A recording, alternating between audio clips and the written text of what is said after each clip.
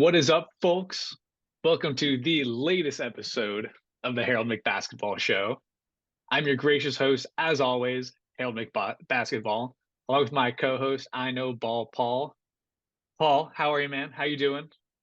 I'm doing very well on this Wednesday evening. It's my day off, so a nice day of rest and relaxation. And I'm ready to talk about underperforming teams because we just did our overperforming teams. So it's only right that we talk about teams that are disappointing us or that we thought were going to be a lot better at this point in the season. Yeah, perfect follow-up episode. Also, the stash looks good. Looks like you cleaned up, clean shaven, nice trim on it, looking super clean. I love it. Thank you. Yeah, just exactly what you said. I was inspired by our edging talk last episode, so I cleaned it up a little bit. I'm worried that I took a little bit too much off this sides, but I've made the same mistake before. It comes back so fast. yeah, Give it like a day and it'll be there. if I'm good at anything, it's growing hair, so I'll be all Oh right. yeah. Except on my head nowadays, but anyway. Yeah, we're a little past our prime for that. Um, Underperforming teams, though. We already discussed pre-show who's going to come up first because there's other not like breaking news, but important news we need to discuss with the team. So easy start. Definitely the most disappointing team of the year so far is the Golden State Warriors, who now have another potential Draymond Green suspension coming their way. I believe it's already been like guaranteed by the league that he is being suspended. The only question is how many games, which proved to be a very big topic to debate earlier today in our group chat. So there are definitely some mixed opinions on how long the suspension should be, but it's definitely coming, and at a very bad time for a Warriors team that has been struggling, has looked bad. Benched Clay the other day.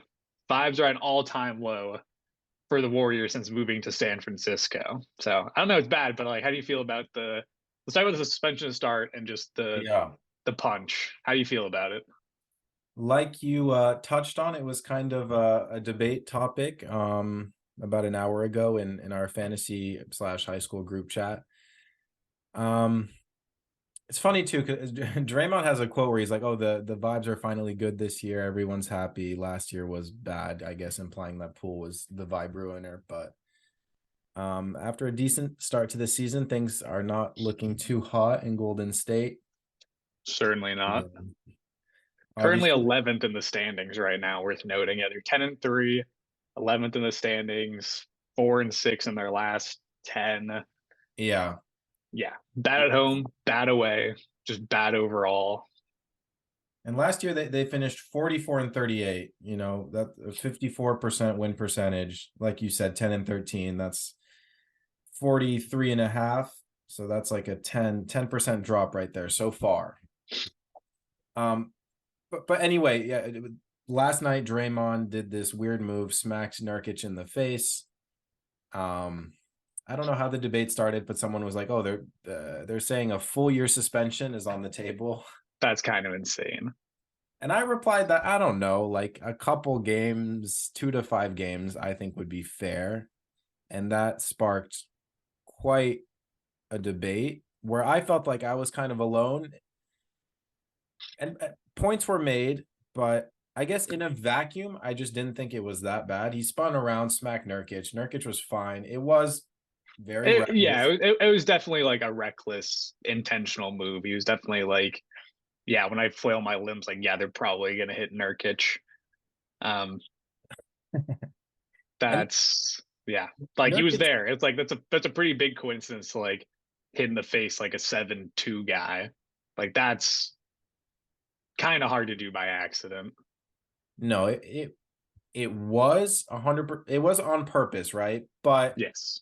there is that plausible deniability of he wasn't looking. Obviously he knows he's going to connect, but there's some level of, it's not like he straight up turned around, said some words, and punched him in the face, right? Yeah, There's I think that would have been different if it was like scuffle, punch was thrown. It was more of like a reckless spur of the moment thing. yeah, Draymond is very prone to these and prone to things that aren't in the moment. Like the Gobert one was like premeditated. Like this one wasn't like premeditated. He kind of just did it.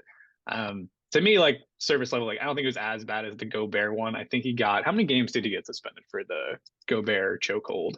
I want to say 5, but I don't know.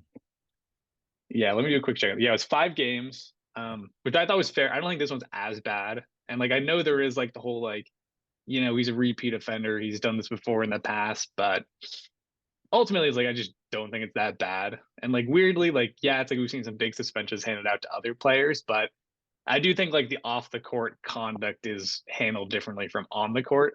Like on the court is like the heat of battle. Like you are just gonna have people who like get into fights, shoving matches, whatever it might be. Like it's just a part of the game, and he is more prone to it. And I think that's why it is fair to suspend him. But I don't think it's fair to like give him like this massive suspension. Like even 3 games, like he's probably gonna lose. I don't know, like hundreds of thousands of dollars from something like that. Like I think that's an appropriate move, especially with the Warriors struggling. They're 10-13. Just a 3-game suspension could push that game at 10-16. Like that's already a huge penalty for smacking Nurk, and I think it's enough. I don't mean to go too crazy here and essentially like erase him on the Warriors season over this. Agreed. Yeah. And I get the argument from mainly Zach and Sean saying it's a pattern of behavior, and it Who is, cares? Yeah, but like whatever. but it It's not does like a matter to some extent. I think to an extent, but if it was like a pattern of like if this was like the pool punch, I'd be like, yeah, like Yeah. 25 games, like you know, put your fists down. But like there are other players in the league also who are like more prone to getting in scuffles, and I think it's just like a part of.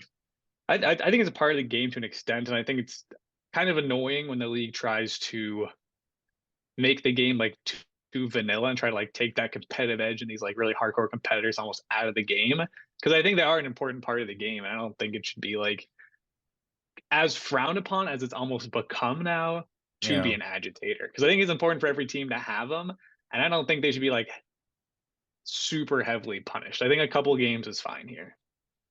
I totally agree. And it's funny because like growing up, you always hear, oh, the league used to be so much more physical and it's become so soft, blah, blah, blah. And that's not really what I'm saying, but I do feel like these days it's much more theatrical. And like I just watched a clip of For Kareem sure. For straight sure. punching a guy. Yeah, like if this happens like 10 years ago, it's like yeah, they're ejected from the game, but there's no suspension. Because like even the chokehold on Gobert, which was another big point of contention, like I was like he wasn't squeezing the choke. Gobert was there like, Uh oh, look at me, I'm being choked. You get him out. he was like legitimately being choked on TV though. Like that was kind of insane. Like you just can't do that. I You know. can't do that. And I think the issue is like it's like Gobert in that moment, like yeah, it's like maybe like Draymond's not like actively like closing his windpipe, but any second he could have. Like Gobert didn't know that that wasn't going to happen, which is like what is like terrible and insane. Like you can't Yes. just put people in headlocks and have there be like minimal punishments. I think 5 games was like the Yeah. minimum they could have got for that. I think that's well said, yeah. But it's the fact that like it wasn't really that violent and like The the chokehold Sabonis kind of was. stomp. He held that chokehold for a long time. That was like a 10-second chokehold. Like that was Okay. like that one I thought was like kind of wild. Sabonis stomp, I think you could like say was like a little theatrical. Because really didn't look that bad. Like I think I could have handled that stomp and like gone up after it if I really wanted to. They It did kind of say he looks had like I think they did say he maybe had a rib contusion, but like even when it happened, I was like, did he actually, or are they just kind of like saying that to make sure that Draymond gets suspended? it's tough to know with that one. I like it was For dirty. sure. And it was bad, but it's also one of those things where it's like Sabonis did like grab his foot at first.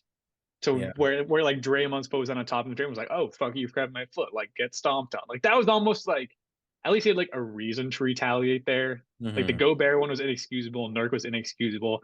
The Sabonis one was like still bad, and he shouldn't have done it. But it's like he did get agitated. Like I don't know what you expected from Draymond. Anyway, though, for me, 2 to 5 games, I still double down. I think that anything more than that's a bit ridiculous. Like, Yeah, I agree, and I think that's what it'll be.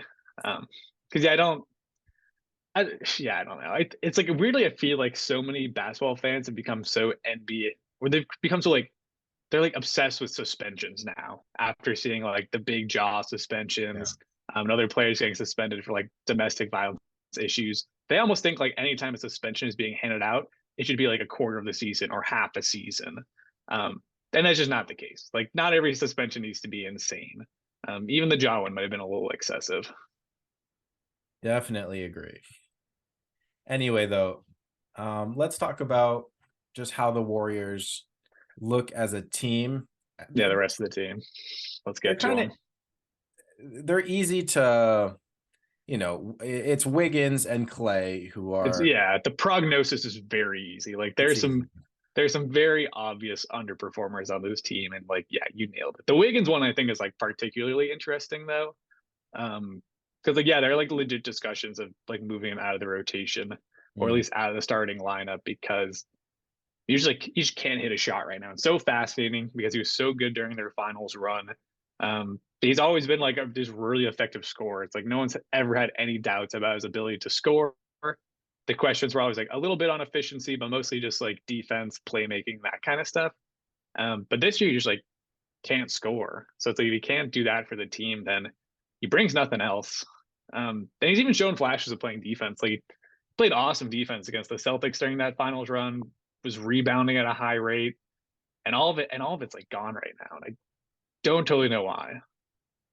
And there's been some talk about him just being out of shape and not taking his conditioning seriously coming back into the season. So you think, oh, maybe that'll he'll get acclimated or whatever.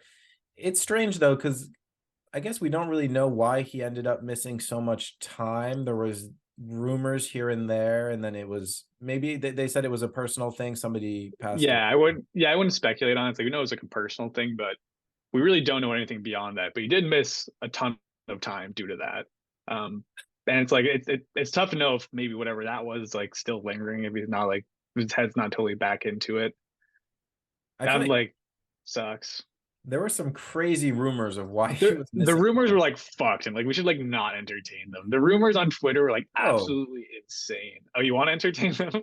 no, I'm saying I think they've been dispelled completely, and then it was just like, well, no, Yeah, it was entirely. somebody I think close to like him was sick or something. yeah, exactly. No, like something more insane. I actually am gonna entertain one because I thought it was kind of funny when it dropped. But I remember like one of like the big ones they were talking about on Twitter was like it was like his brother got like his fiance like pregnant or something like that, and there was like a massive like family dispute, and it like blew up on Twitter. Like everybody thought it was Yeah. true, and it was like we are just spreading like insane misinformation about somebody who's going through like a family tragedy right now. Like this is I terrible. So I do think like all of that like probably took like a massive emotional toll on him, which he still might be coming back from. And like we still don't even know how his personal situation resolved. We don't even know if it's over yet. Like it could still be an issue. Mhm. So he's definitely going through it, but yeah, the basketball play has been great. And he ended up playing 37 games last year, I'm seeing, and he averaged 17 points. It was kind of a drop off from the past couple years before there, averaging 18, 19, and then at his peak he was averaging like 22, but 12 Yeah, points this year. 12 points. yeah, and like and let me pull what the efficiency is here too, because I think that's also like such a kicker. Yeah, it's like Let's see. So efficiency is yeah. So he hasn't shot below 50% since coming to Golden State. This year he's shooting 46% from two, um, and 28% from three after shooting at least 38% from three the 3 years prior. So like the 3 point shot is like completely evaporated. And in similar minutes, he went from taking six threes per game last season to only three this year. So clearly, not only is he like not hitting them, but his confidence is down. He's just like not taking the threes this year. yeah, it'll be interesting to see how, if he's able to bounce back from that. Like Kaminga obviously is averaging basically 12 points in less minutes, but Kaminga also has his shortcomings, and it doesn't seem like it would totally make sense to fully give him the role. But Yeah, I don't think it's out of the question though, because there are already rumblings that Wiggins could be moved out of the starting lineup. So if they're moving him out, Kaminga is the obvious guy who would get moved into it. And he's gonna get a little bit of run time now, I think, with Draymond out. So Draymond gone, maybe Kaminga slides into like starting power forward. If he plays well for the next couple of games without Draymond, maybe he holds on to. that Yeah. spot, they bump him a small forward. Wiggins takes a step back. But it is weird, and like he's so cold right now that it almost feels like I don't think it's out of the question. He just like will bounce back out of nowhere this season. Like we have a pretty good sample size right now, and he has struggled, but like 12 points per game like feels not real. Like if he ends the game or ends the season averaging 12 points per game, like Golden State's gonna have to like move off them. But I kind of think he'll be able to improve upon that. It's gonna be hard for him to, I think, stay at this level for the whole season. Yeah, it's almost hard to average 12 points, I feel like, for Andrew Wiggins. But kind Yeah, of yeah, because he surprised. loved he loved shooting. Yeah, kind of surprised that he was only averaging like 17 the past couple years before that. Obviously the volume out of Clay and Steph Curry, it still felt like he was scoring, well for Yeah, and he was scoring on like really good efficiency the last yeah. 3 years. Like I mentioned, like over 50% from the floor, 38+% from three, like awesome efficiency. And he would step up and have huge games when needed. And I don't know what he averaged, during the finals run against the Celtics. It must have been like 22 points per game or something like that. Maybe that's a reach, but he was balling out against the Celtics. Yeah. And we're seeing the similar effect with Clay, who's averaging like 15 points, 34% from three. Yeah, Um, that hurts. he's a career 40% shooter. I don't think he's ever shot less than like 38, 39%. Um, so, he was averaging 21 last year, so 15 and a half is definitely big drop off. Yeah, exactly. And like he still let him fly as he should, but that definitely like hurts the Warriors overall when you have Clay taking, let's see, he's taking 8 threes a game this year. We're only making 34%, which is like, I always say the magic number is kind of like 36 and up is like good shooter. So he has not been a good shooter this year. He's taken 8 a game. And yeah, it's like he just looks like a step slower this year too. So he's not bringing it as well as he once used to on the defensive end. So it's like if the defense isn't there and the 3 point shot isn't there either, it's like all of a sudden this like 3 and D wing you had is not bringing you nearly as much as he once was. Yeah.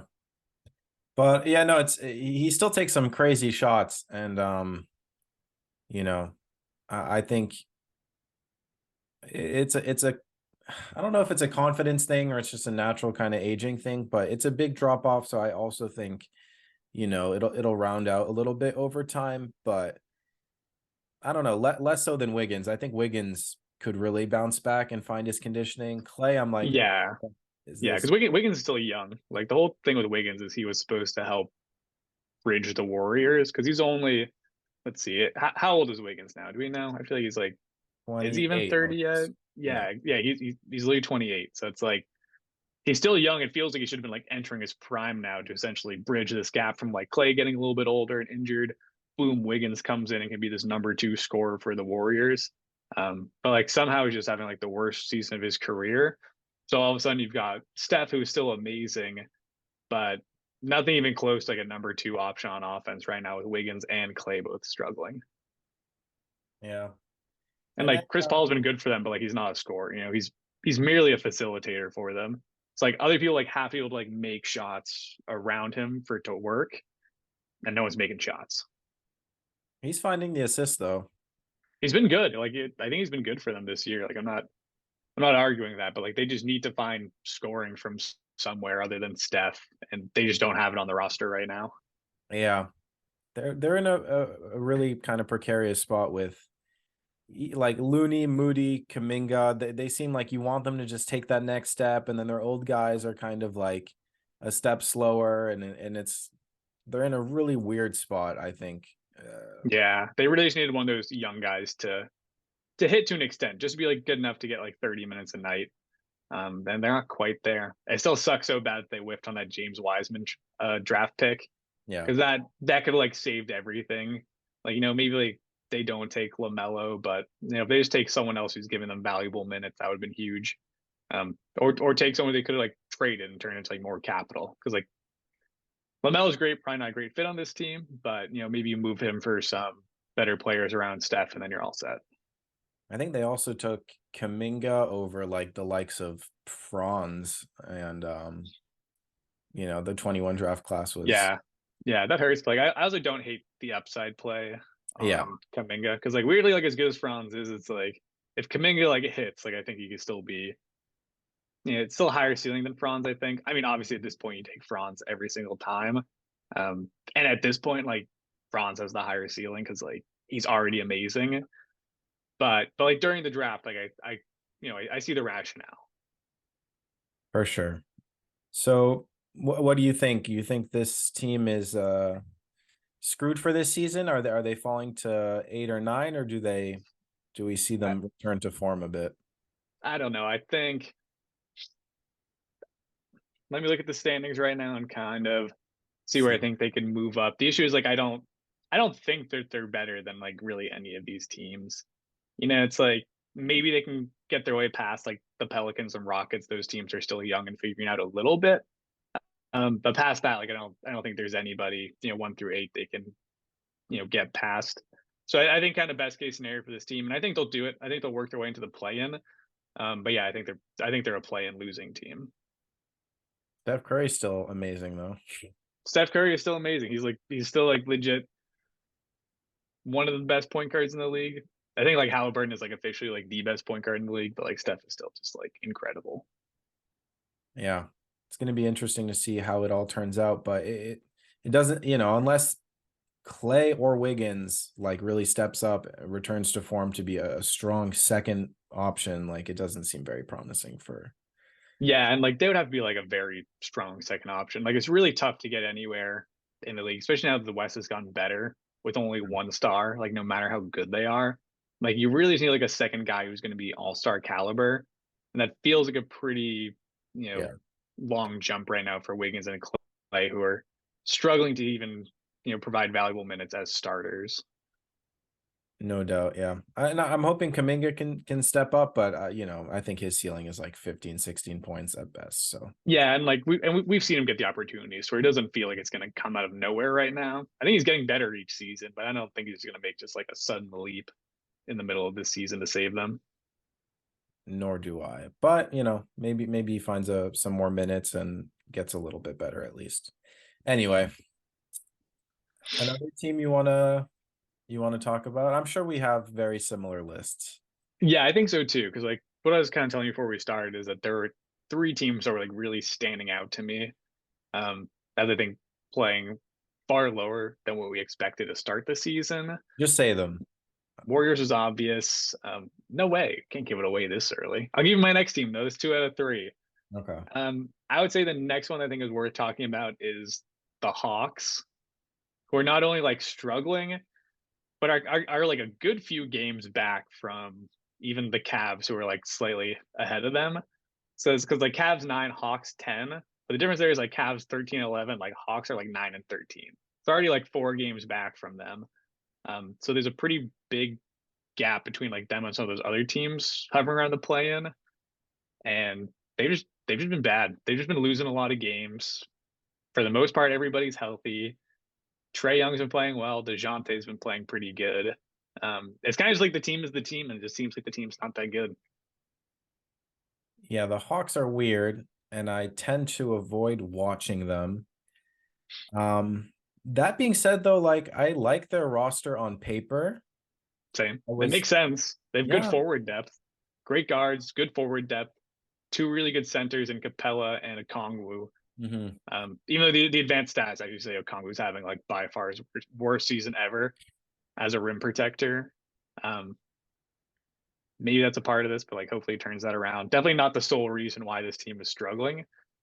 That's strange. Like the roster construction is good, but it might just kind of be like the old theory of like 2 guards just like doesn't quite cut it. Like it's just not as valuable as having 2 good forwards. Yeah, for sure. And we've seen Jalen Johnson. He's playing great. Sadiq Bey, I really like still. Um, DeAndre And this Hunter. DeAndre Hunter's like I obviously like you from where they draft him, they would have liked more out of him, but I think he's still like a valuable role player that any team would want. I feel like they have to play him a bit less. I think they still give him 30 plus minutes, and he's I think a pretty efficient shooter, decently efficient overall. But somehow Bogdan still Bogdan's went off for like 50 the other day. It was kind of sick. I don't get how they only give him like 26 minutes. This is a new system, new coach Quinn Snyder. So, things are still Yeah, getting and I figured like out. Quinn. Yeah, and like I think really like the obvious answer when you get into it is like if you look at like their offensive rating, they're fifth. Like the offense is great. Trae Young is incredible. DeJounte's playing well there. Bogdanovich is having these nights. They're getting good minutes out of these forwards. But they're 27th in defensive rating. Like they just can't guard. And like Capella's been like pretty good this year too, but like you're just getting no defense really when you're trotting out like Trae Young and Bogdanovich. But like what's weird is like they brought in DeJounte to hopefully like bring more defense to the guard position, and then I think Sadiq Bey is a good enough defender. I think Hunter is a good defender. Um, that it might just be Trae Young who just gets torched every single game, and they can't do anything about it. Yeah.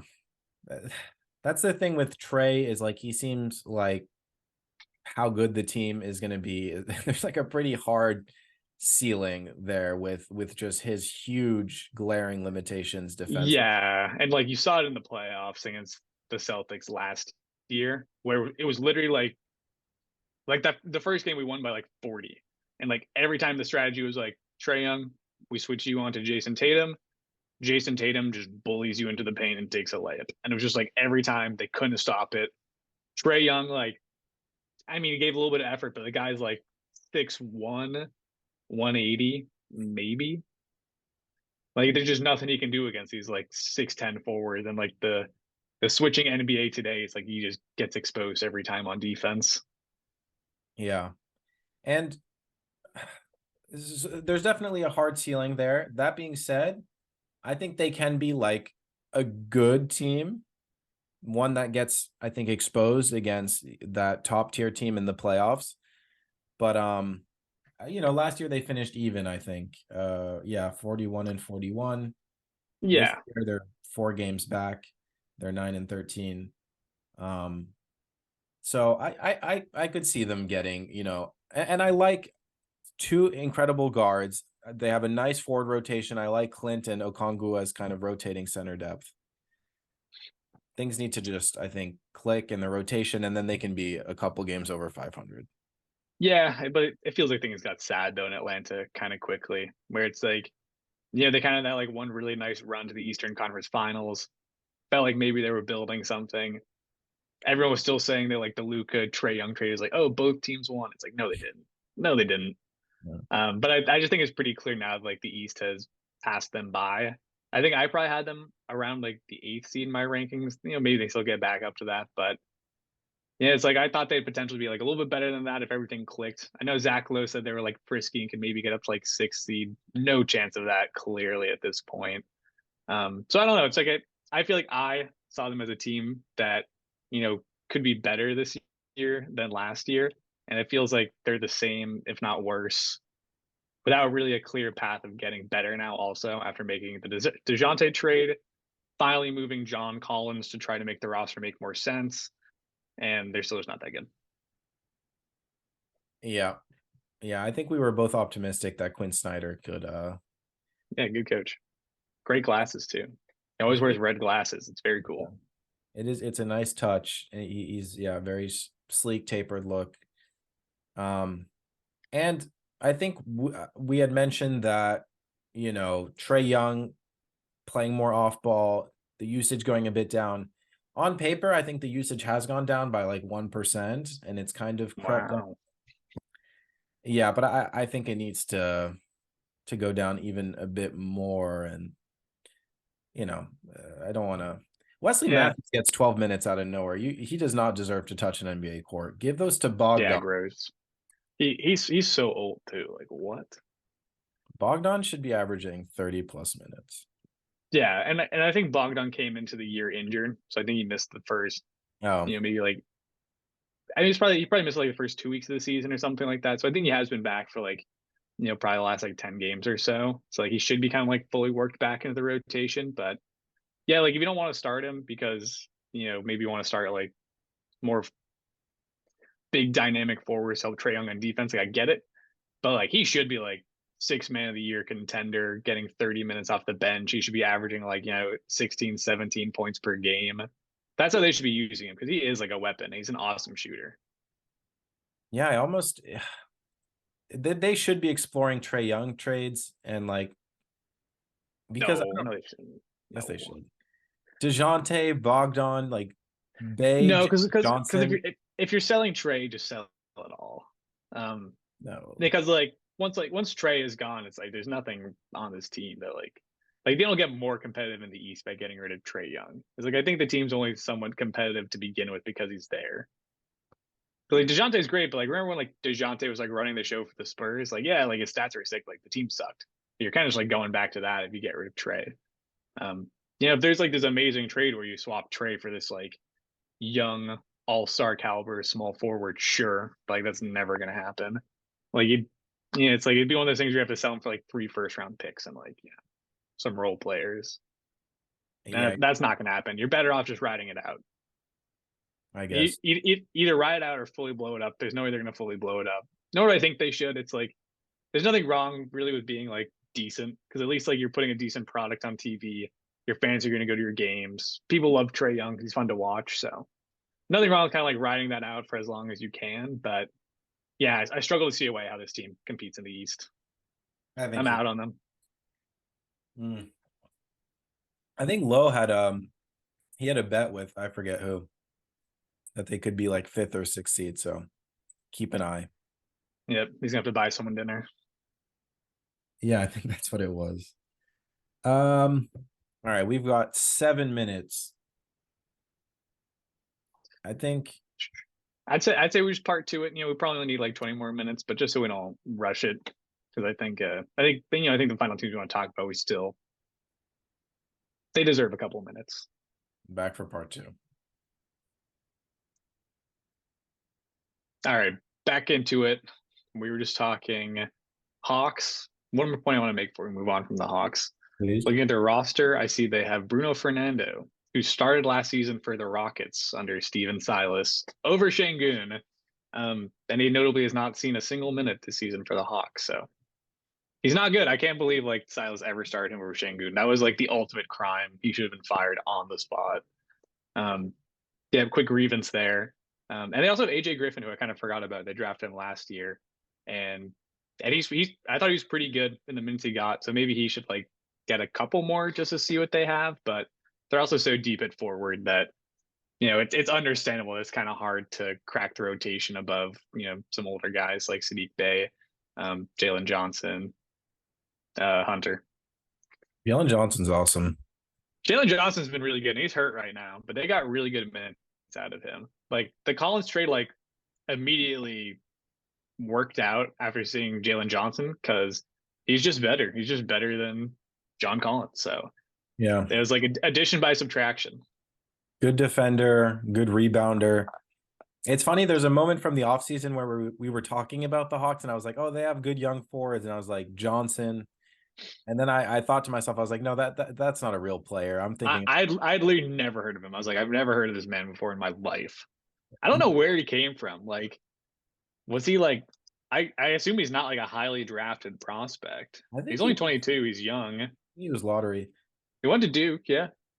It's Let's because see. they drafted AJ Griffin the year after or before, and that I think they like I don't know, they're like similar vibes in that they were both forwards. I don't know if they look anything alike, but it tripped me up. And I was like, Yeah, oh, they don't look too similar. I think I'm thinking of Hunter. But no, Yes. Johnson exists and he's good. Yeah, let me see. Why isn't this loading right now? What do you use? 21 NBA draft. I'm just doing this for me right now. No, yeah. I'm trying to think of how to fill this space, but I have nothing to say. It's all right, I'll find. All right, Jalen Johnson. He went 20th. Okay. Okay. Yep. 20th to the Hawks in 2021.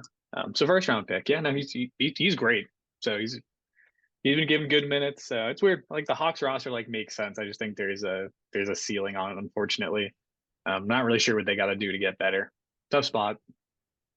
Also, I feel like there was another center on the Rockets that was the one starting over Sengun. I know Fernando was on the Rockets last year, but it was like it was someone else. And there was another center who was a problem. I think Bruno Fernando was the one who was getting the start, but someone else was also like sucking up some minutes. There's, Let's see, 2022 Rockets. there's some. Who he was? Oh no, it was Usman Garuba was the other guy. Usman Yes. Garuba wasn't starting, but he was stealing minutes. He's also on another team this year, not playing at all. So Steven Silas, everyone, worst coach in the league. Notably, also, um, he's not the head coach for the Pistons, but he's like one of the assistant coaches. So he's now a part of that mess. So that's fantastic. Yeah, I don't want to get sidetracked, but they might be the worst team of all time. But They legitimately might right be. there. And like he literally like Silas just went over there and he's like, all right, let me find a young prospect. Like you're not getting minutes. Jaden Ivey, see ya. Kiss your minutes goodbye. That's He's the worst. I more can't believe he has a job again. Monty Williams, you mean?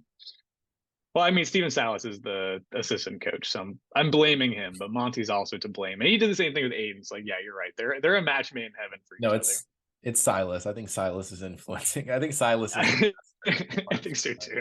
I have to blame Silas after last season. The last season was just like insane. anyway. Anyway, Jinx, huge sidetrack. All right, give me one more year. Did you have both those teams on your list or no? I did, yes. Okay, yeah, yeah. Give me one more then. Okay, I think I know who your last team is. Shoot, Maybe it's one of try, two. try we'll try to guess it. Yeah, try to guess it. I'll let you know if you got it or not.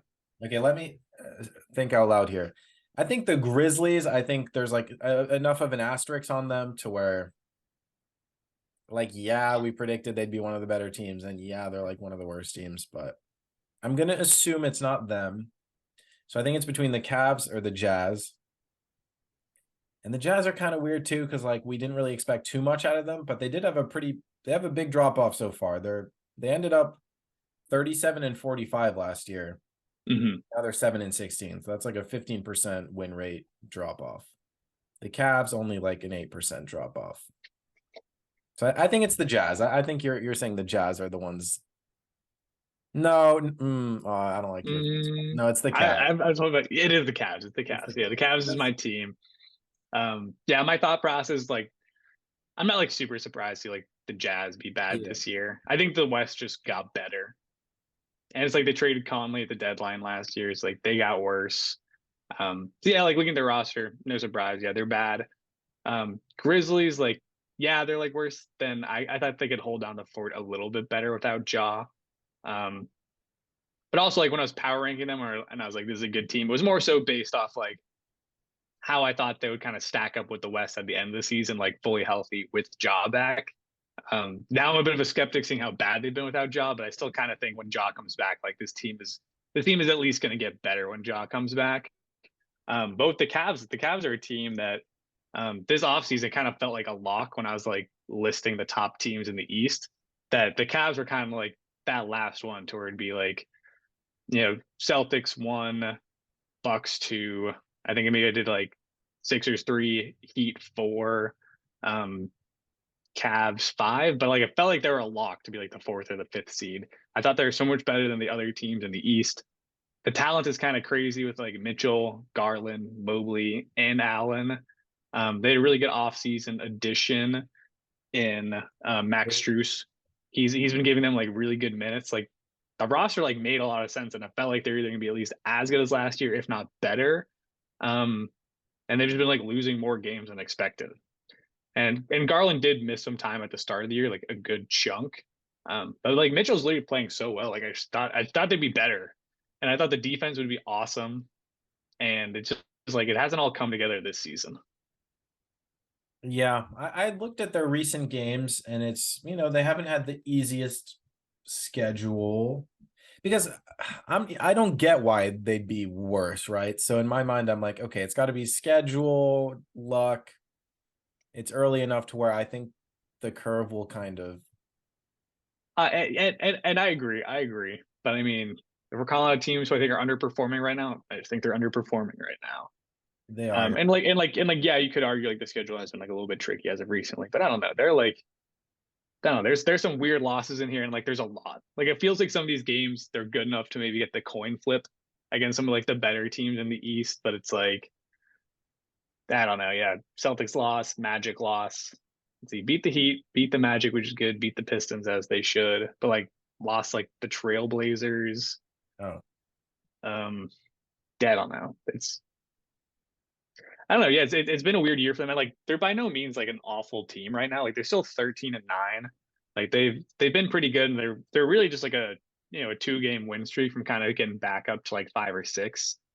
So I think they'll get back up there. Like Garland's been playing better recently, but yeah, no, it's been a strange start for them, especially because like they've climbed out of the hole a little bit, but they were lower. They were like 12 just like a week ago. Like they really struggled to start this season. Yeah. And last year they ended up 51-31, which was super impressive. Yeah, like they were like an elite regular season team last year. And I thought it was going to repeat just with the addition of Struess. I thought Yang would be like half decent. Turns out he's not very good at basketball. I first No, saw that. yeah, you did. Um, you know, I'm not. He's a good basketball player in a vacuum, but at the NBA level, I don't know. Right. I felt I needed to preface that, but um, Mobley, we've talked about how there hasn't been that drastic jump. He's been playing pretty well of late, and at least the counting stats are seeming to trend in the right direction again. Yeah. This is gonna be a rude comparison. It's gonna not come across the right way, but it is like a little like Ben Simmons-esque where it's like amazing rookie year. Then you kind of like expect him to get better every year. And it's like, oh, sophomore year is the same thing. Sophomore slump, whatever. Third year, exact same stat line. It's like, at what point like does it get better? Because it has to get better at some point from like earn a max contract. Um, and like the hype was like so high. He was getting like Tim Duncan comparisons his rookie year. Like that is like fizzled out like so fast. Like at this point, we're like, can this guy like ever make an all-star game? Feels like he's not like too far away from making that jump, but like when will it happen? Yeah, friend of the show, Sean Mack. I remember way before even the Ben Simmons drop off, he was always extremely critical of Ben Simmons, with the biggest reason being the lack of shooting, like the complete inability to shoot even free throws. And I always thought he like harped on that way too much. And I thought Ben Simmons was, um, I thought he was better than Embiid at one point. I was just like, this guy is like the closest thing we've had to LeBron James. Like his athleticism, is passing, and we all know how this story goes, and it's complicated, I guess. But it like he kind of was on the nose with that. And I think he not to the same extent, but he kind of mentioned that Mobley, like it was a major red flag that he has very little shooting touch and ability. And I wonder, Yeah, and he still has all the opportunity in the world for Cleveland. Like, they got a lot of guys, but like they want Mobley to succeed. Like they will give him all the offensive opportunities um, that he earns, and like he's just like not earning them. He's not taking them right now. So yeah, his offense like still has some work to be done. And like the question is like when is that work going to be done? because you see like Scotty Barnes, and it was like I was like, oh, like I don't think the offensive potential is there. Like he really struggles to shoot. Now he's a great shooter, kind of out of nowhere. We'll see if but it seems legit, and like his offensive game has just completely opened up, and he's scoring like I don't know, he went from 15 to now he's 20 points. It's like I think maybe that is the key with a lot of players. Yeah, yeah, for sure. And it's not to say that like Mobley's gonna have like the Ben Simmons implosion. Like that was like a very unique situation. Like that's obviously not gonna happen. And he still is this like absolutely incredible defender. He was getting like almost 2 blocks per game, almost a steal per game. Super impactful on that end of the floor. I think we both had him for depoy last year, which I thought he'd earned, and like I don't think it's out of the question that he could get into the conversation this year. But there definitely were hopes his offense would come along a little bit more.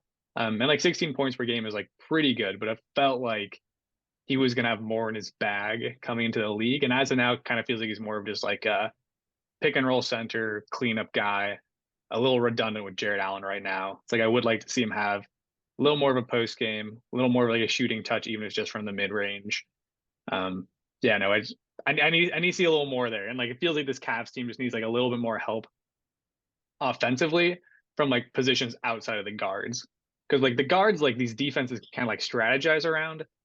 And I feel like you almost need like one more player to kind of break the defensive schemes. Like if they're gonna double the guards, like have someone big like flash to the middle, get open, have some touch, like make a shot there, make a move to the hoop. But it's not really there, so it's almost just like a Mitchell and Garland just like pass it back and forth on the 3 point line, hoping that something can work. So I don't know. It's kind of it's a bit of a tricky spot that they're in right now, and they really need Mobley like take a jump to really become competitors in the East. Agreed, yeah. And it's worth saying the guy's 22 years old. The rebounding has improved pretty dramatically this year, For sure, for sure. as well as the free throw percentage. If what I'm reading is correct, he's up to like 77%, whereas in his first 2 years it was about 67%. So Yeah, and free throws are like a good indication of shooting touch. yeah, So usually, if like the free throw percentage looks good, the form looks good, that's always a good sign that they'll be able to figure out the rest of their shooting. So that is encouraging, and I still do have high hopes for Mobley. Like I still think he's going to figure it out and like break through this 16 point ceiling that he struggled to get past.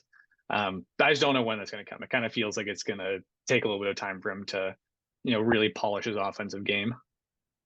yeah, because I think you have to prove that you're a worthy shooter. It doesn't have to be threes even, but you have to convince guys to not cover you completely in drop. That's kind of Yeah, and maybe part of this is just like he's taking as many shots as he did his rookie year and sophomore year. Like, yeah, it's like you'd like to just see like the shot volume go up. It's like, can we get him the ball more? It's like, does that make sense for an offense that has Garland and Mitchell? Like, is he just really just not good enough on offense to justify, more plays drawn up for him, or the offense just going through him a little bit more? I'm not totally sure, but I don't know. Can we get him like three more shots? Try to get him just like let's just get him past 16 points. Just like show me something. Show me something in the stats that we're getting somewhere with his offense. yeah, totally agree. And kind of like you said, this team, I think we use the word redundant a lot, and like Oh, for sure. They got two very redundant like positions. Karis LeVert kind of being their third scoring option. You kind of wish, He's been really good this year, though. I will say, like mini shout out, like he's been like an awesome sixth man, like potential sixth man of the year at this point. yeah, no, I think he's averaging like 16 points or something. He has. Yeah, let's see, 15 points per game right now. The efficiency is actually like really bad, but hey, 15 points per game. But I think their four best scorers must be, the two guards, Struess and LeVert, and that's kind of. I mean, maybe Mobley is Mobley does average a little more points per game than them, but like point taken, where it's like right. feels like Struess and um LeVert. who were you talking about, Levert? Yeah, it feels like Struess and Levert are almost like on par offensively, or at least like as involved as Mobley. Where you really want like Mobley just to step up and be like the third offensive guy. Like he needs to like I feel like he should be like Bam Adebayo. I feel like he should be getting like 18 to 20 points per game. I think Bam's up like 22 this year. He's having a great season, but yeah, like I think Mobley like should be able to become like a legit like third scoring option on this team and defensive anchor. I just want to see it happen. I want to see it happen now too, because I think this Cavs team like can be really good, which is a part of why it's so disappointing that they've struggled at the start of this year. Yeah, yeah, but they have a ton of talent. I mean, Garland, like we said, kind of a slow start, a bit injured, but I just watching him play against the Celtics yesterday, that he's so talented. And So Mitchell is he's so good, so good. Mitchell is like the most on the cusp of like true superstar and like just almost a superstar. He's really like Yeah, I feel like it's so difficult for it's almost like harder for guards to become superstars because like I feel like if he was putting up his current stats like at the small forward position, everyone would be like, he's Paul George, like he's like Jason Tatum because he has like the same stat line as Jason Tatum essentially. Couple less rebounds, I think one more assist per game. I think he's also averaged 2 steals per game, like absolutely insane. I think it's almost it might also just be like team performance because like if the Cavs were the second seed right now, we'd be like Donovan Mitchell, top 5 MVP candidate right now, obvious superstar. But like the team's in like the ninth seed, so like it's hard to like anoint someone as a superstar when their team's not doing very good. yeah, no, for sure. And it comes with, proving yourself a bit more in the playoffs. And I think like you said, it's tougher when you're kind of an undersized scoring guard, but that team was like third or fourth, I think, last year, and he had an Yeah. incredible season. He was, I think, averaging like close to 30. Yeah, I've got in front of me. Yeah, it kind of went under the radar because it was 28 points per game, 4 rebounds, 4.5 assists, 1.5 steals. And this year he's averaging what 27, 5.7 rebounds, like 1.5 rebounds more, 5.1 assists, like the assists are up, and then almost 2 steals. Like steals are up too. Like he's Mitchell is having an amazing season. He's so good. He's so Mitchell good. is so Sucks that good. he's gonna leave the Cavs when his contract is up and just have this whole thing fall apart.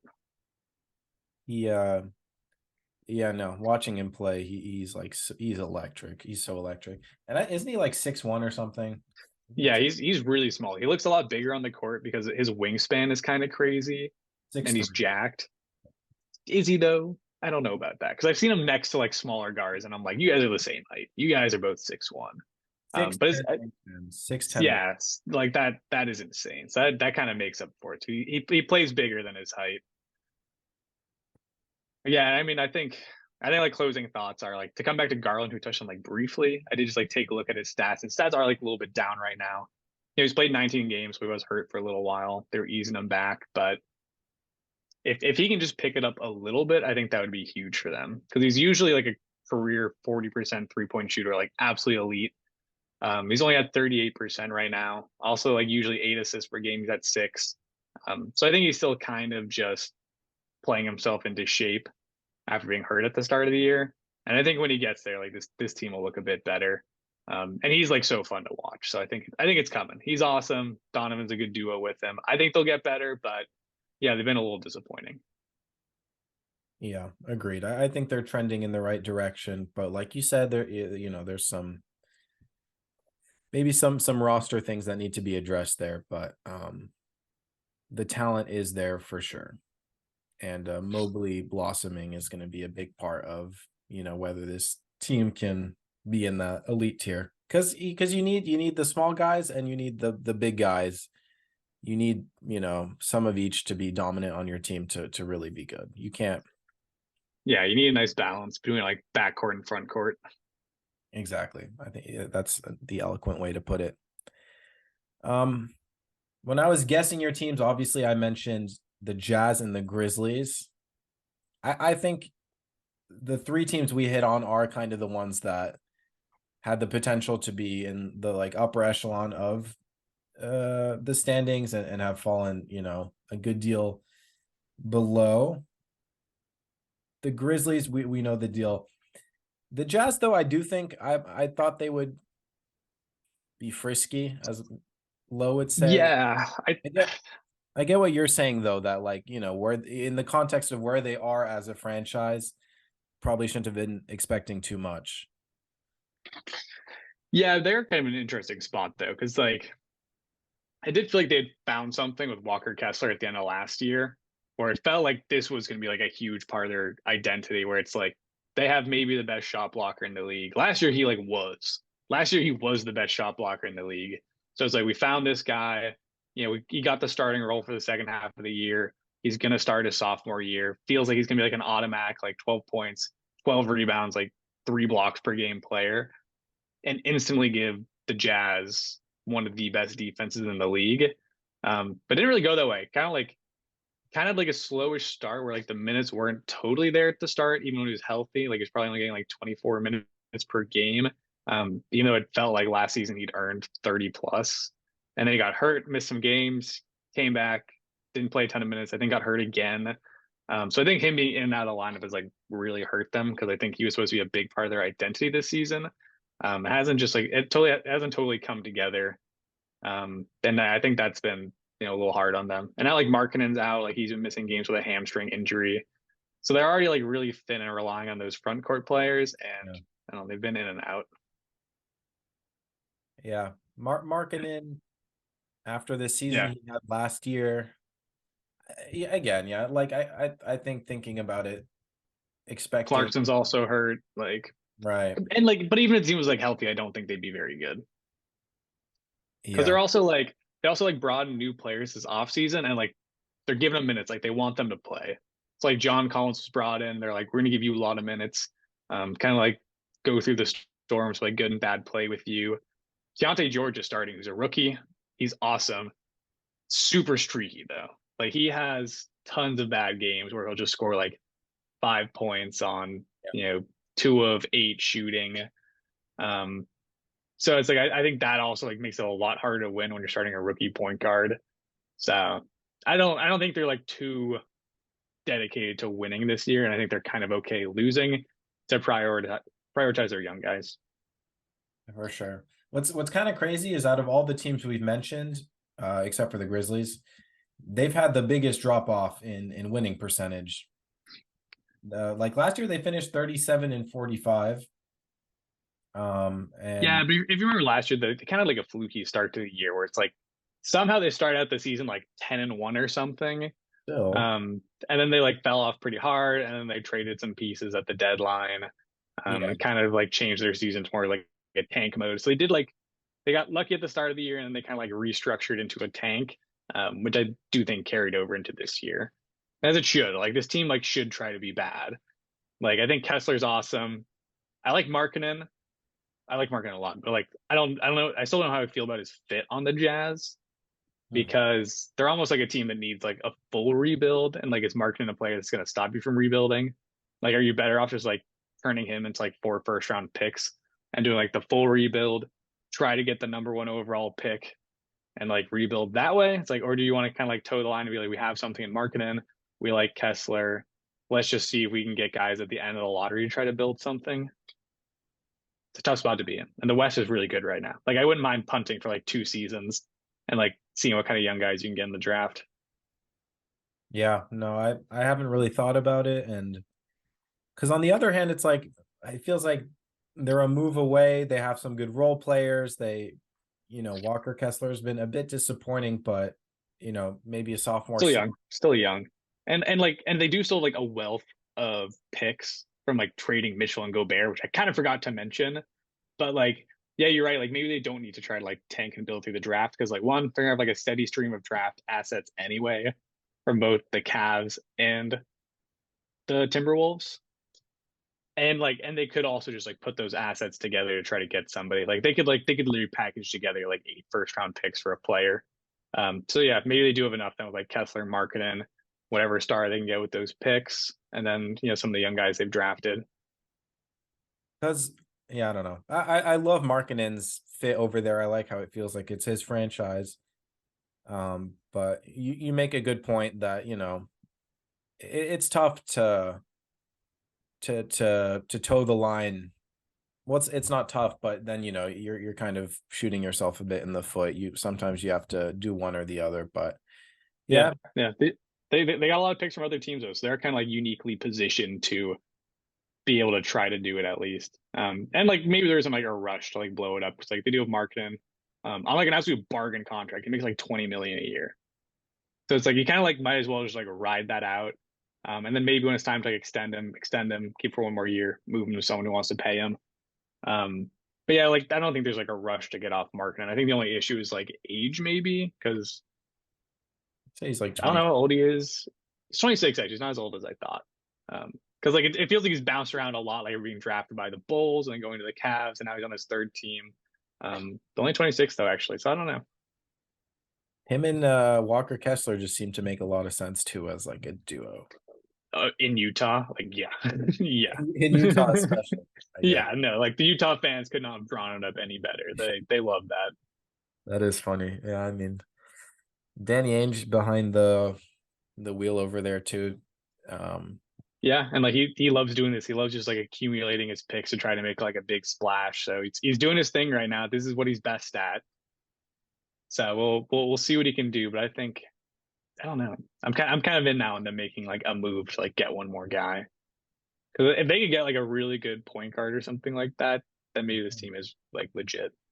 they have tons of assets in terms of, like you said, draft capital, but also like guys like Collins and Kelly Olynyk and even Yeah, Clarkson like teams would want. Clarkson. They also still have Colin Sexton who's like not getting minutes anymore, but I haven't like totally like closed the door on Sexton being good. Like I thought he was decent for the Cavs. I thought he was decent for the Jazz last year when he got minutes.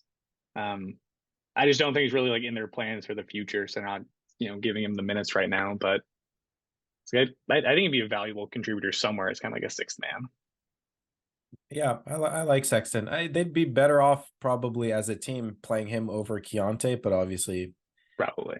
the way higher ceiling in Keontae, and he's a Yeah, and Keontae was so good in like the preseason summer league. Like if he can just like build up like the confidence in his shot like he had it then become like a consistent scorer. Like yeah, I think he'd be an impact guy his rookie year. That's why he's still on the horses right now. Because I'm waiting on this breakout. decent passer too. He finds his Yeah, assists. he's leading rookies in assists right now, which is like maybe not saying like a ton for a class that wasn't really guard heavy, but he's doing it. It's him. That's an interesting tidbit, actually, that he's leading the. I would have thought maybe a SAR, but yeah, no. And what he averages like 4 or 5, I assume. That's Yeah, I think he probably averages like five, but like since starting, like he does have a lot of games where it's like 6 or 7. He's had a couple double doubles where he gets up to like 11 assists. Like, let's see. Like basketball reference shows like their last like 5 games. It's like the last five have been like 7 assists, 3, 11, 6, 4. So kind of all over the place. But he was minus 46 in this game for plus minus. Oh my God. Hey, he's a rookie. Give him a long leash. But yeah, on the season he's averaging what 11 points, yeah, 5 assists per game, 3 rebounds, shooting 40% from two, 32 from three. It's like really bad shooting splits, but he's got potential. And like the Jazz should want to be bad this year, so I'm fine with it. and go back, guys. He was mentioned in the summer league episode by I forget who, but his name was I, brought.